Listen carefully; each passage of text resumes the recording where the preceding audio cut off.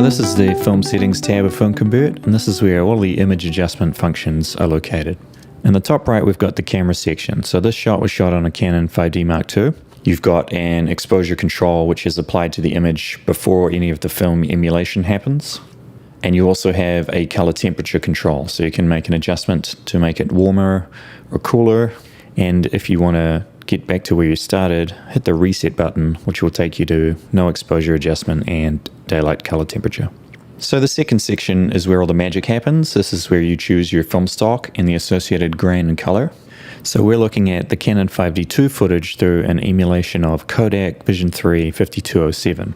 Now if I hit the bypass button, we can look at the original Canon footage. You can see her shirt is kind of saturated. The skin tones are a little bit digital looking. And if we flick back to the film emulation, you can see it instantly looks a lot more like a movie. And there's nothing else applied here. This is literally just the FilmConvert emulation of the Kodak Vision 3. So we have 19 different film stocks emulated. The top section is motion negatives. Then we have 3 transparency stocks. These are stills slide stocks. The next sections are stills black and white stocks. Below them are the stills color negatives. And finally, we have the Polaroid 600 emulation. So you can actually apply the look of Polaroid to your motion footage, which is something that's unique to FilmConvert. You can also flick through the film stocks with these arrows, which is a quick way to audition different looks. The next slider is the amount of film color you want to apply. So it defaults to 100%, but if you wanted to have only the grain, you could take it back to 0, in which case you're looking at the colors from the digital camera. Usually you'd leave that on 100. Which brings us to the grain. So probably the best way to check the grain is to hit this zoom button. Now we're currently looking at a 1080p image, but it's been scaled down to fit the screen. If you hit zoom, now you're looking at 1:1 pixels and you have a panable image, and this will actually play back in real time. This is the best way to check out exactly what's happening with the grain.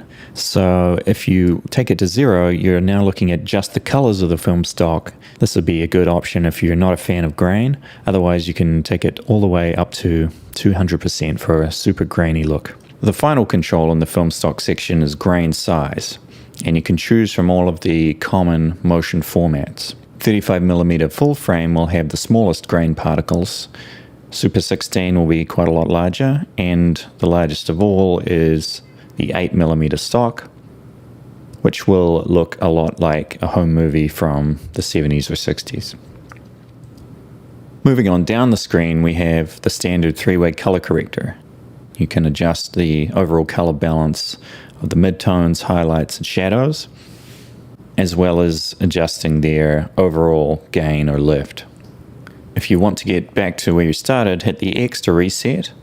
You also have a saturation slider. Now let's say, for argument's sake, we're going to add a little bit of coolness to the shadows, a little bit of warmth to the highlights, and we'll move down to the level section. Now you can see that I've actually clipped the highlights in the red and green channel because I've moved my color corrector towards orange, so I can actually just pull down the gain here and prevent that clipping in the high end. Now on the levels graph itself, I can see that I don't have anything close to black, and if I wanted this to be a very high contrast image, I can adjust the black point, bring it up until I start to see it clip a little bit, and do the same with the white point. And now I've got a full range image all the way from black to white. I can adjust the center to get it where I want it. And now I'm finished with this particular shot. Let's just compare it to the original. And that's looking a lot more cinematic. So once you've completed a look you like, you can save it as a preset at the button at the top here.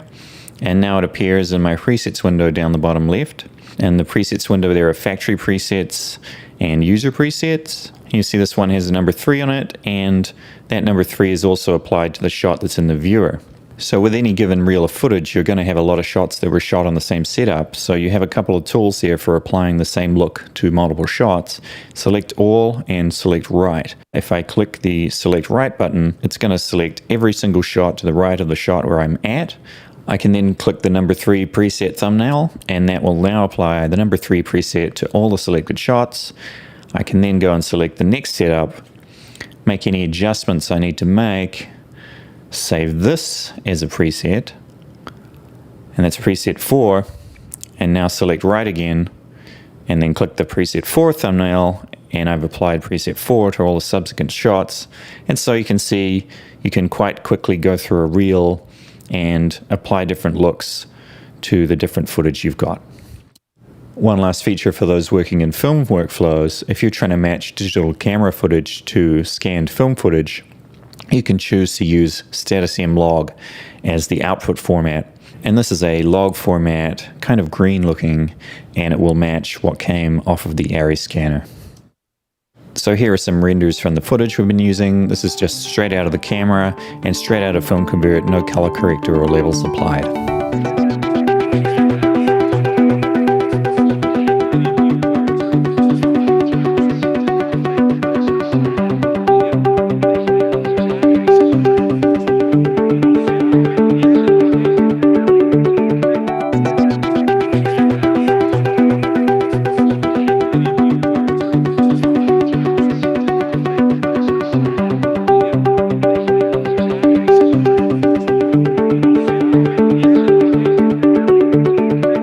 So that was the help file for tab 2 of FilmConvert. Hope you enjoyed it.